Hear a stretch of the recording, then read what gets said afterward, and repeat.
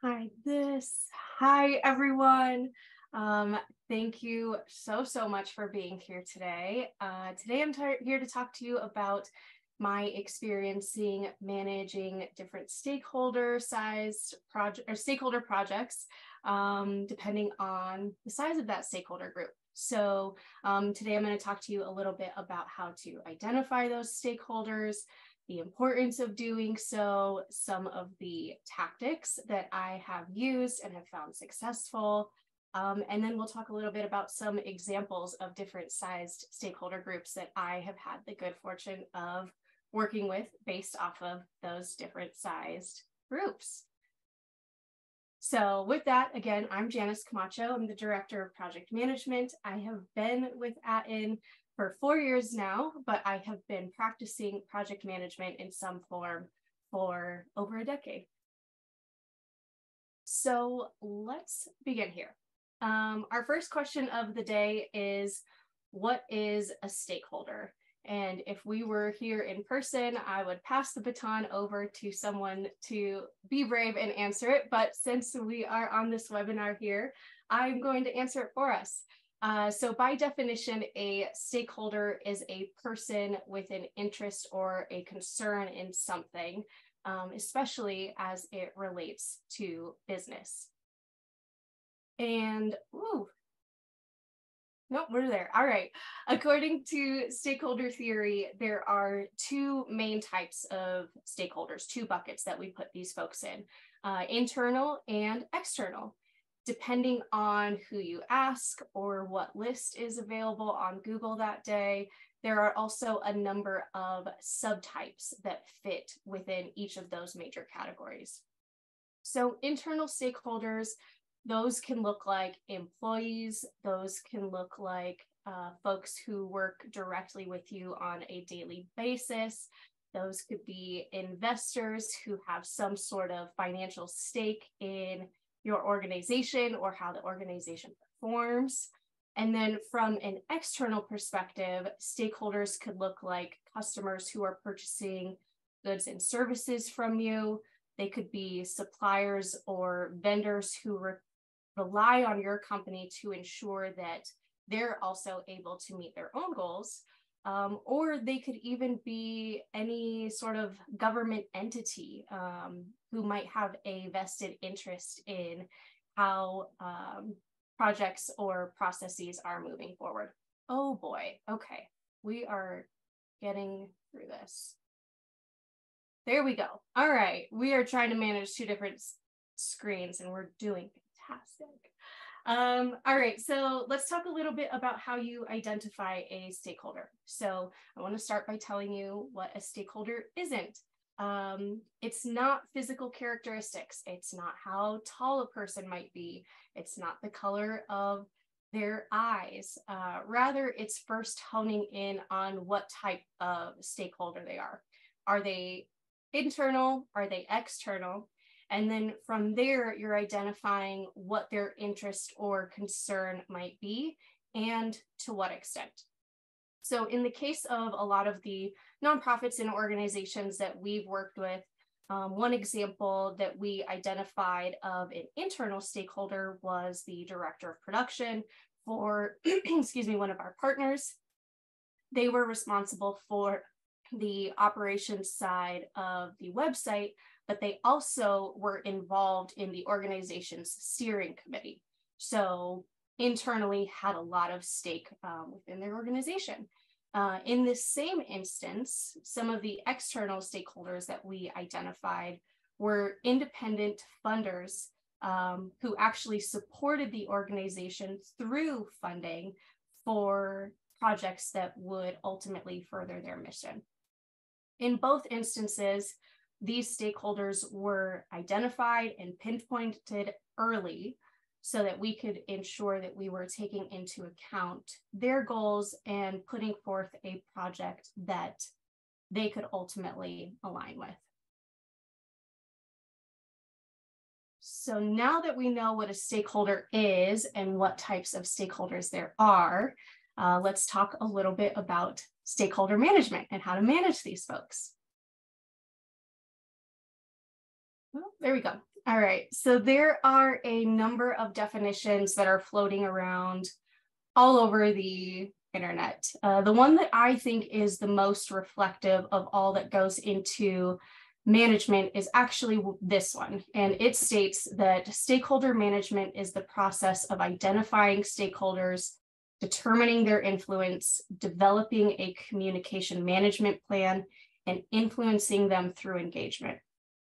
The key point that I want to call out here is that we're influencing them through engagement. We are finding avenues to ensure that they are involved in all steps of the process, while as a PM, or if you're not a project manager, but you're owning some sense of the project, that you are providing direction and guardrails to keep stakeholders focused, and you're keeping them on course to complete the items that you need on time.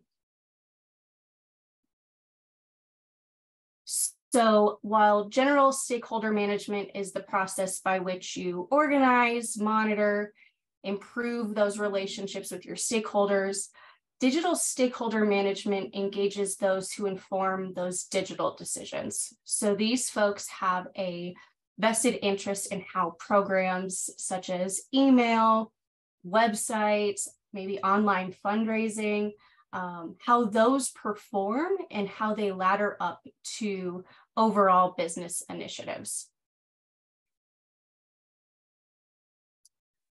One thing that I do want to reiterate, if it hasn't come through already, is that stakeholder management is imperative in realizing a successful outcome for any project.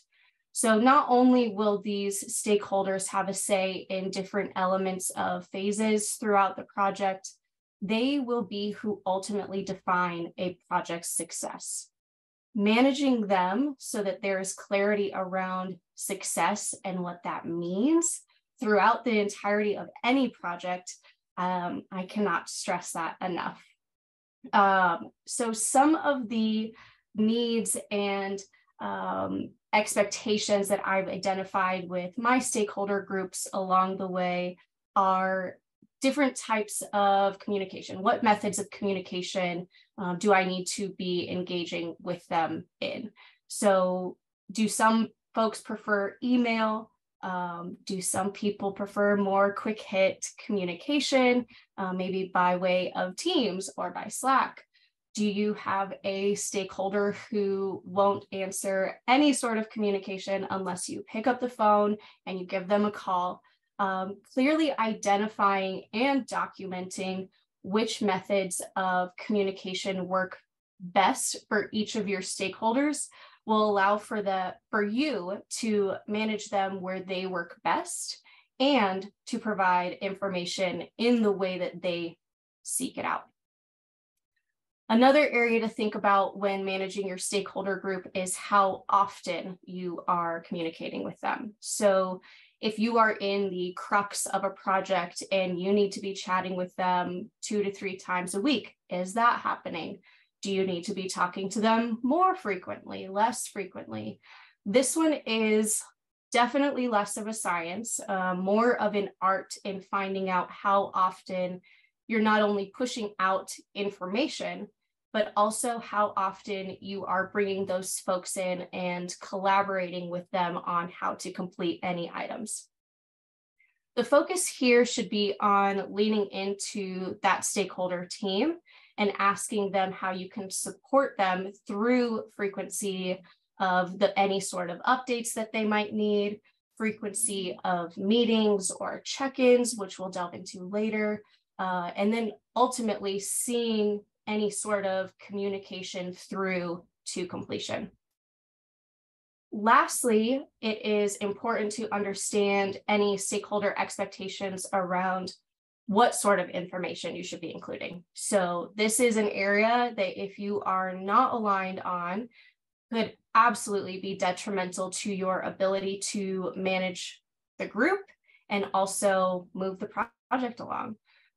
Some questions to ask yourself here are, are stakeholders removed from the project overall and they only care about maybe budget and timeline updates? Are they more in the weeds with you on a day-to-day basis and require information around any sort of status updates and all items that are happening with you on your project? Clearly identifying what this information looks like will allow for you to manage the overall project, the expectations of each individual stakeholder, and ultimately get everything across the finish line. So, all right, we have talked about what you should do when managing stakeholders, understanding what they need. Now we're going to really dive into how to manage them. So there are a lot of tactics. There's tactics here, there's tactics all over the internet. There's a lot of information out there around how to manage folks.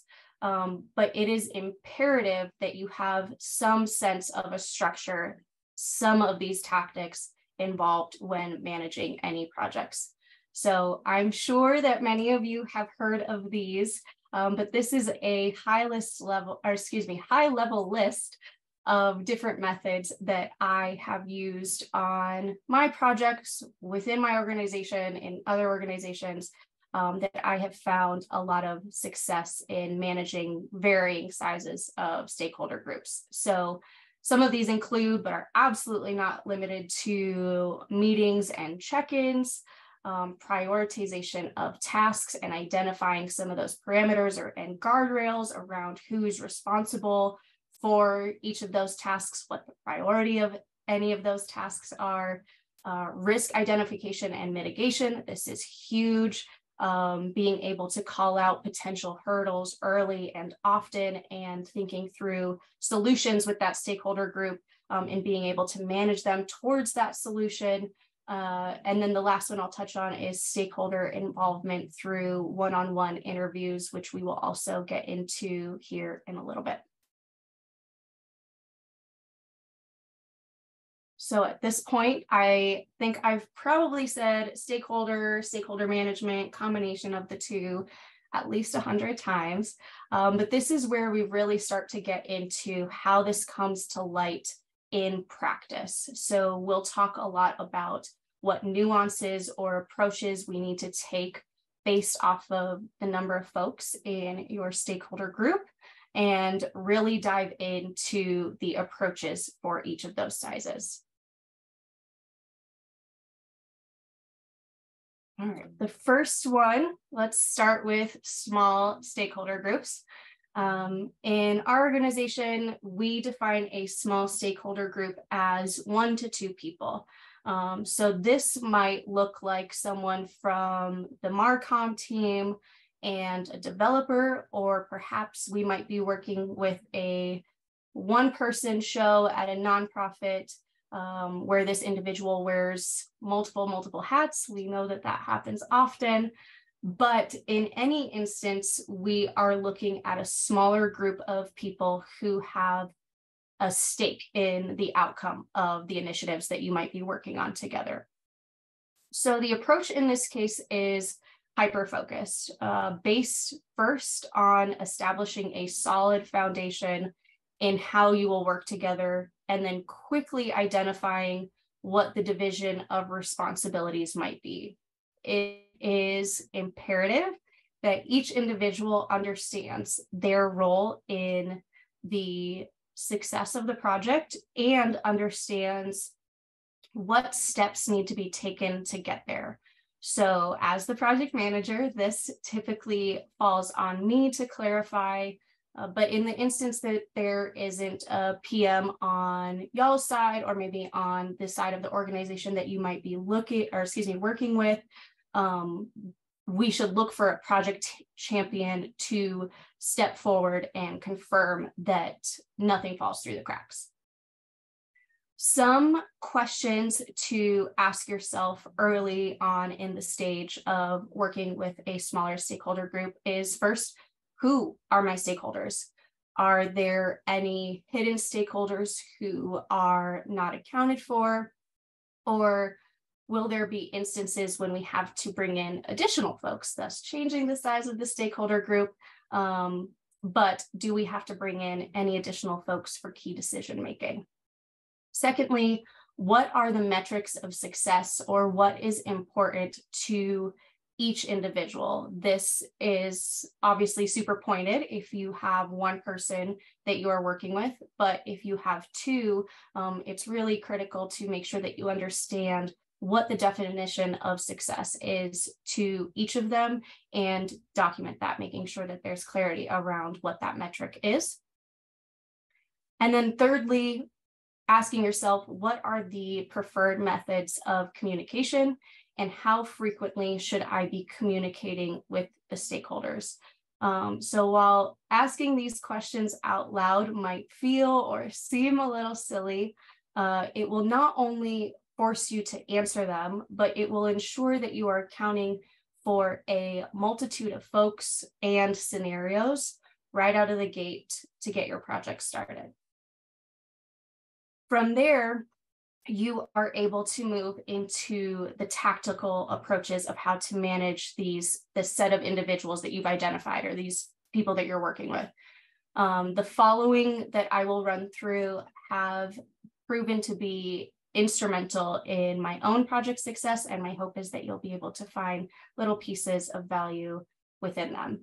The first tactic is meetings, and I think we can all agree that we love meetings, we love more meetings, we love longer meetings, but jokes aside, meeting face-to-face is the absolute quickest and easiest way to manage deliverables, any sort of communication changes, or getting answers to questions that either of y'all might have, ensuring any sort of understanding of risks, challenges, hurdles that might be coming our way.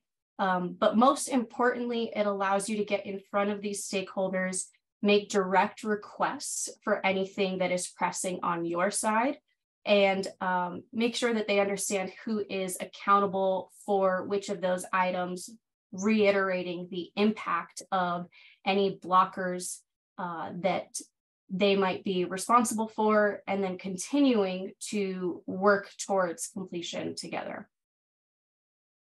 Another item that should be considered in your approach to managing a small stakeholder group is adding assignees to roadmaps and timelines. I understand that this feels so incredibly simple in concept, but the impact that this has on overall project success and managing stakeholders is immeasurable. This allows you to take everything from overarching milestones to minute tasks that make up those overarching milestones, and assign a name, someone who's responsible for that item. Oftentimes that item has a deadline, assigning those things to that outcome and placing the onus on individuals within the stakeholder group to make sure that they understand their role. Many times when you are able to identify what is required of your stakeholders, it allows you to have a leg to stand on if there are any questions around who is doing what and by when, in addition to identifying and calling out any positive or negative impacts of completion. Managing your stakeholders at this level with this incredibly simple notion gives them direction into what they need to be doing and keeps the train on the track, so to speak. One thing I want to do here is give an example of a small stakeholder group that we work with here at Atten. The team that I want to call out is the team at Indivisible. So Indivisible is a movement of thousands of group leaders and more than 1 million members taking regular, iterative, and increasingly complex actions to resist the GOP's agenda, elect local champions, and fight for progressive policies. They are a smaller organization, and therefore their stakeholder group reflects that. Depending on the work that we are doing with them, we've had 1 to 2 stakeholders with titles such as associate creative director or senior manager of digital projects, just to give you an idea of what those titles might be with a smaller stakeholder group. Next, we will move into medium stakeholder groups. So similar to the way that you would manage a small stakeholder group, a lot of the approach is, it's very similar. There are a few key differences that I would like to take us through next. So the first obvious thing is the size of the group. So coming in at anywhere from 3 to 5 people, this size stakeholder group many times might come with a hierarchy or certainly differences in priorities or opinions as it relates to your project. It will be your responsibility as the project manager or the project champion to provide clarity of expectations, each individual's expectations, in addition to the expectations as a whole, and call out any timeframes associated with said expectations and any information that will ensure a successful project outcome. While the approach of providing a solid foundation for your team, again, is very similar, with much larger groups, it's imperative that at this point, to manage the stakeholder group successfully, that you as the PM or the project champion position yourself as a leader of the initiative and establish confidence with the stakeholder group in the onset of the project. So this comes by way of having clarity around what we're doing, what are the high-level objectives, what are the smaller tasks that we need to be mindful of that will get us to those larger objectives, being able to answer any questions clearly and succinctly, and also providing additional resources as needed to be certain that there's a clear understanding throughout the team. Having this knowledge, having this understanding in the onset with this stakeholder group will allow you to build and ultimately maintain that trust as you work towards managing a group of a larger size. So the questions to ask yourself remain the same at this stage. Who are my stakeholder group, or excuse me, who are my stakeholders? How many stakeholders are there? How do they prefer to be communicated with? Those stay the same, but you'll want to be sure that you get those answered from every individual, as with the smaller stakeholder group.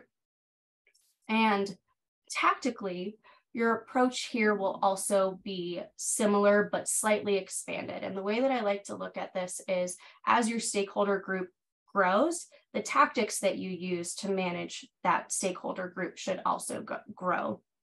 So this might look like with working meetings or with check-ins, you'll want to delegate who from the stakeholder group, from that larger stakeholder group, is responsible for being the point person on the call. Who is the one that is going to keep track of tasks and timing on their side, knowing that there's a lot that can happen from check-in to check-in. There might not be constant communication. So having that point person, delegating that person and understanding who that individual is absolutely key. Having this person on the opposite side, holding folks accountable and making sure that things are progressing when you're not in an active meeting will allow you to successfully reach any sort of end goal. As it relates to roadmaps and timelines, these again come into play and are imperative in moving the project forward. But the difference here is that there might be multiple assignees just simply with the size of the group, or perhaps there's representation from different departments who have an active role in moving any sort of deliverable along. So be sure to identify and document all assignees for each of the line items, each task, each deliverable, and make it a point to follow up directly in any check-in or status meeting that y'all might have. Again, calling out any blockers, risks to completion, that could be detrimental to your project. The goal here again is to strategically guide the team to the end result and provide them with any sort of tools and insight for how to get there, giving them those guardrails, giving them those parameters, and then pushing them to move things forward. Lastly, a new tactic for this size group is a RACI chart. So this could also be known as a decision or a responsibility matrix, depending on your organization. For those of you who are not familiar with it, RACI charts stands for responsible, accountable, consulted, and informed, and they are used across many, many industries in the project management space. So we utilize a RACI chart to, again, identify and add parameters around who owns what in a project. And this decision matrix places additional weight and adds further definition and clarity around assignees for different deliverables of a project. But it's not just in the sense of who's responsible for handing over a deliverable. It might be who's the subject matter expert who we are going to consult based off of an individual deliverable, or who simply needs to be informed. So it adds varying levels of what needs to be done based off of each deliverable so that we can have a roadmap, if you will, of not only what those deliverables are, but at what point we're bringing in individual folks based off of their role. So all of these responsibilities aid in your ability to manage each of the individual tasks while it's being completed, in addition to managing the stakeholders who might be responsible for handing over that deliverable or simply need an email to let them know that it's done. One example of a medium stakeholder group who I get the pleasure of working with is the Guttmacher Institute. So Guttmacher is a leading research and policy organization. They're committed to advancing sexual and reproductive health rights worldwide. And we have had a very long-standing working relationship with them to drive their site forward and support their very impactful initiatives. The team that I get to work with on their side is made up of department representatives. So again, these folks chat with their teams, come to the table, and we're able to establish goals and initiatives that we work together on. And some of the titles that I get to, some of the titles of the folks that I get to work with over there are Director of CMP Administrative Operations, the Director of Production, Webmaster, Drupal Developer, and Digital Communications Manager. So because of their larger team, larger perspectives, we are continually working together to identify what is important with the teams, the tasks that each member is responsible for, and then I then come in and say, here are all of the priorities that we've identified. So-and-so, you're responsible for this. So-and-so, again, going back to that, identifying who's responsible for what and making sure that I'm managing them to completion of that deliverable. Lastly, we've got our large stakeholder group. So as with medium, as with small, large stakeholder group management builds off of both of those size groups. So it takes into account a lot of those similar approaches, but as I mentioned, the stakeholder group size is growing, the tactics, the approach, the organizational level, all of that has to grow with them. So there are a few newer tactics that we'll talk about, but I do look at larger stakeholder groups as any group that accounts for 6 or more individuals who have an active stake in the project. Because this group size is larger, it comes with more people, those opinions and perspectives and potentially even hindrances of the project will really impact how you approach managing this group. So similar to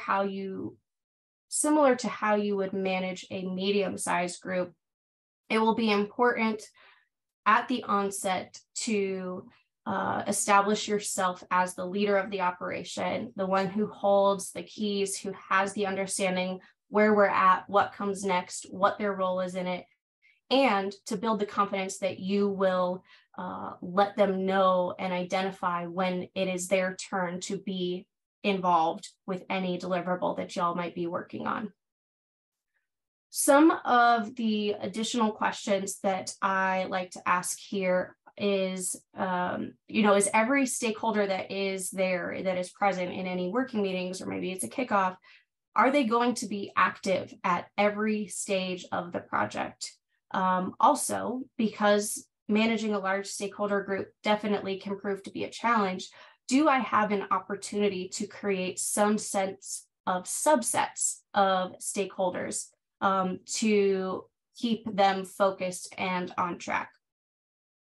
One ongoing question that I like to ask myself is, because of a larger stakeholder group, because we have this mindset of I've been involved with something and therefore I must go, one thing that I like to keep track of is everyone in the stakeholder group actively participating with the deliverables and discussions that y'all might be working on. Are they meeting their deadlines for their required portions? Obviously, with more people comes more responsibility to keep track of who is doing what.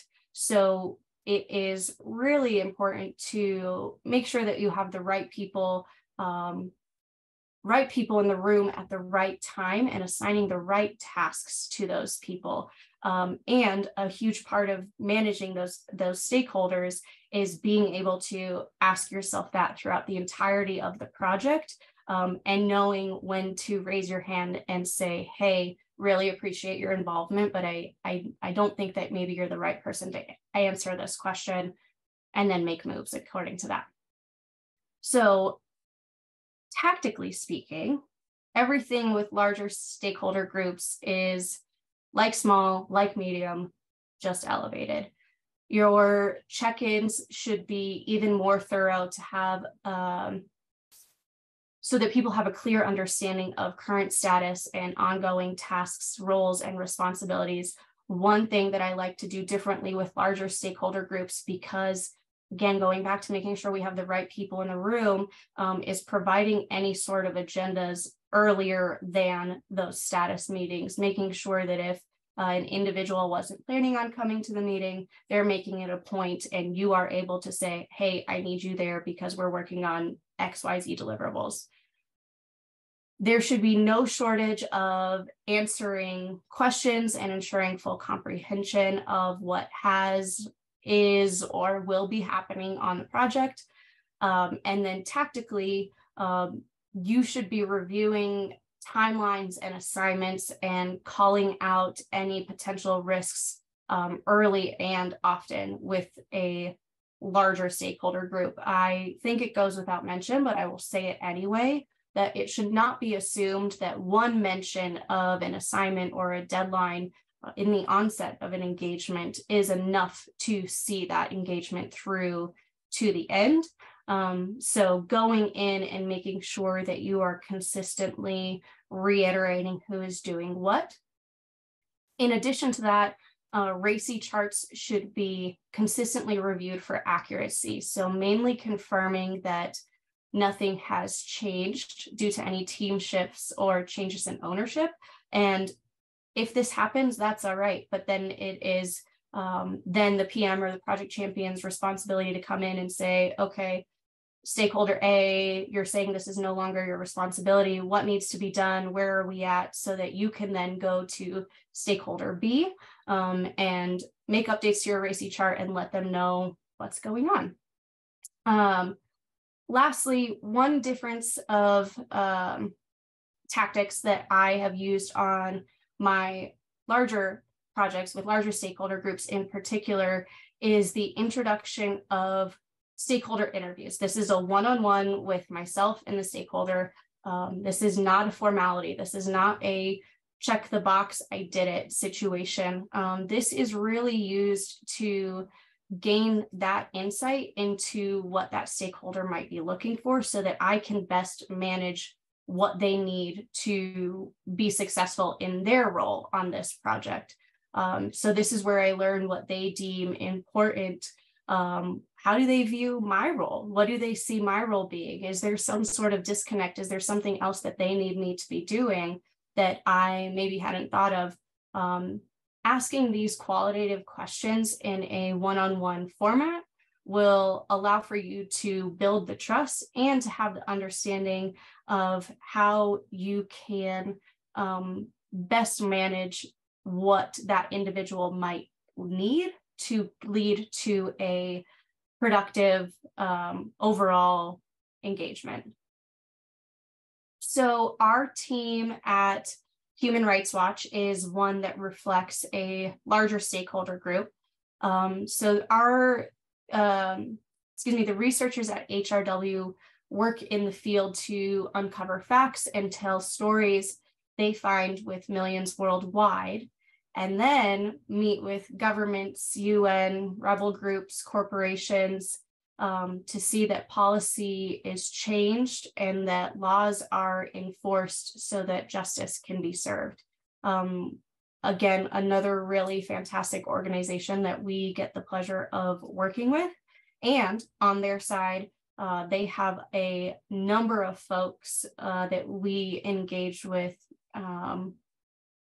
and their titles are Deputy Director, Senior Drupal Developer, Digital Engineer, Senior Web Manager, Deputy Chief Communications Officer, Senior Graphic Designer, and Associate Public Information Officer.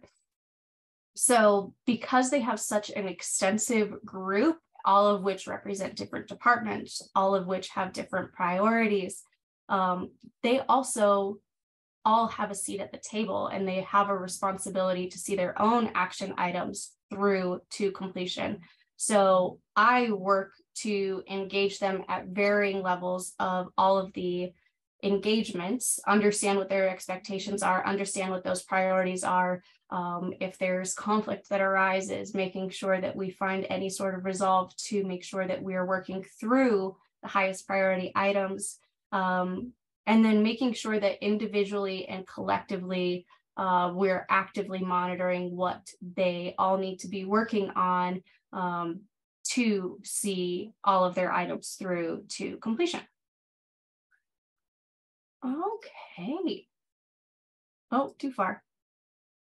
Next one. All right. So I have put together a takeaway that summarizes this approach. It summarizes the tactics, the things that we discussed here today, and we will be sending this out to you all following the presentation in an email. Just to wrap it up, if it hasn't been clear, I will reiterate it. It is crucial on all projects to identify stakeholders. If you don't have a clear understanding of who they are, what size group, what those needs are, stakeholder management becomes a null and void point. Once you have an understanding of who these folks are, what they need, how you can support those needs, and what your role is in managing them through completing their deliverables, you can identify those tactics that will be of best use to support you and support the needs of the different size groups that you might be working with. Keeping your stakeholders managed, keeping them informed, keeping them attentive and engaged and involved at all stages of the partnership will allow for you to move things along seamlessly. It will allow things to move, hopefully, with the fewest number of risks, the fewest number of hurdles. And I'm confident that if you approach your work in this way, asking yourself these questions, identifying the tactics that will work best for that group, setting those parameters, setting those guardrails, and making sure that you are the voice that is moving those items forward and keeping everyone in line, you will hopefully, with any luck, have a successful project at the end of your timeline, and hopefully be able to, as we've done, create some really awesome long-term relationships that will allow for you to work with folks for a very long time.